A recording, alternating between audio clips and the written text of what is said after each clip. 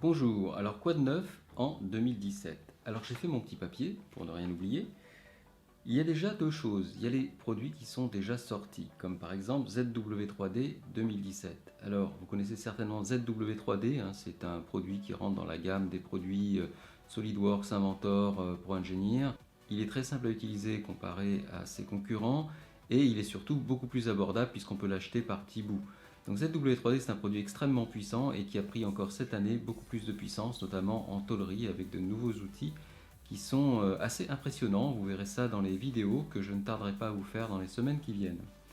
Vous avez ensuite Evolve. Alors Evolve, c'est un produit Solid Thinking, c'est un produit qui a été fait pour des designers, un logiciel qui est fait pour faire de la forme libre, de la recherche de forme, qui est très puissant en surface, qui est complètement hybride, qu'on peut également utiliser en polynerve, c'est-à-dire en fait tirer sur des maillages de polygones, et tout ça c'est converti en solide ou en surface précise en temps réel.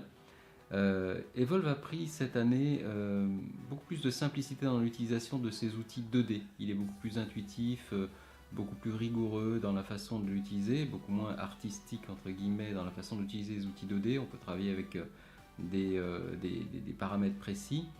Et il a vu ses fonctions 3D devenir aussi beaucoup plus puissantes et interagir à beaucoup plus de niveaux du logiciel. C'est-à-dire qu'avant, par exemple, vous aviez des fonctions qui interagissaient au niveau de la modélisation solide ou de la modélisation surfacique et qui n'interagissaient pas au niveau polynerves. Là, tout a été regroupé, c'est-à-dire on peut indépendamment utiliser toutes les nouvelles fonctions, quel que soit le mode.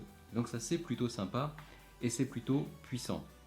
Le moteur de rendu aussi d'Evolve a été amélioré et donc maintenant on a vraiment un produit qui est très sympa à utiliser et assez excitant quand on est designer et qu'on recherche des nouvelles formes.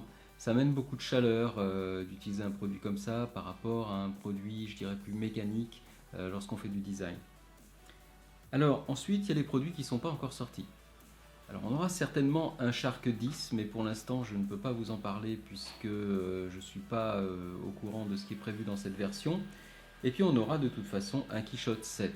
Quichotte 7, lui, c'est imminent, je pense qu'il sortira dans le courant de l'année 2017 avec entre autres des nouvelles fonctions comme le configurateur qui va vous permettre de créer diverses configurations de vos modèles et de pouvoir donc passer d'une configuration à l'autre en quelques clics, histoire de pouvoir faire des présentations clients ou simplement de faire des séances de brainstorming avec diverses configurations.